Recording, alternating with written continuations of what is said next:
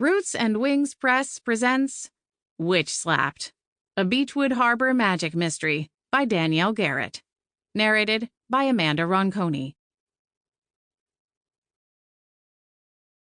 Tantor Audio, a division of Recorded Books, presents Witch Slapped by Danielle Garrett. Narrated by Amanda Ronconi.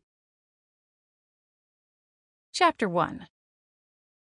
Winter in Beechwood Harbor was a beautiful time of year. Despite the weather that tended to fluctuate between peaceful, crisp days with no wind or rain and days with miniature monsoons that made it feel more like a ghost town. All the shops were decked out with twinkling lights and festive displays, and most every house had some kind of decorations on display. In the center of town, a huge Christmas tree was adorned with soft twinkle lights and glowing ornaments.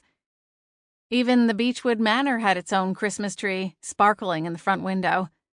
Adam, Evangeline, and I had trekked into the woods behind the manor and spent hours debating which tree would look the best.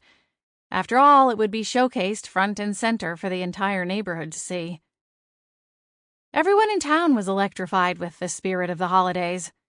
Not to mention that the tip jar at Siren Song was overflowing by the end of each day. There was only one real complication. Yule Feast was on the horizon, and Adam and I were about to venture into uncharted territory in our relationship.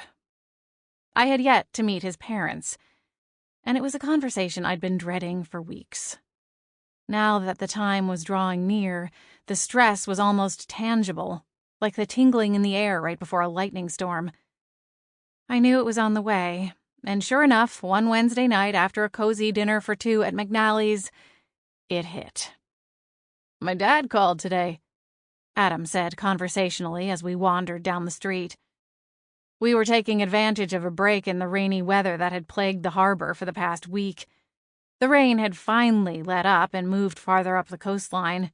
It was still freezing cold, but with the right amount of bundling into coats and gloves and scarves, we were able to resume our usual practice of taking a post-dinner walk around town.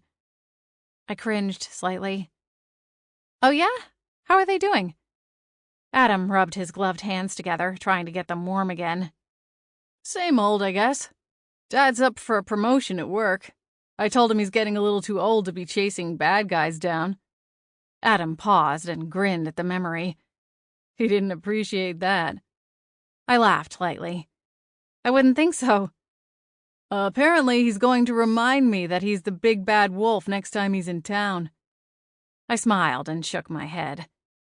"That should be quite the showdown." Sample complete. Ready to continue?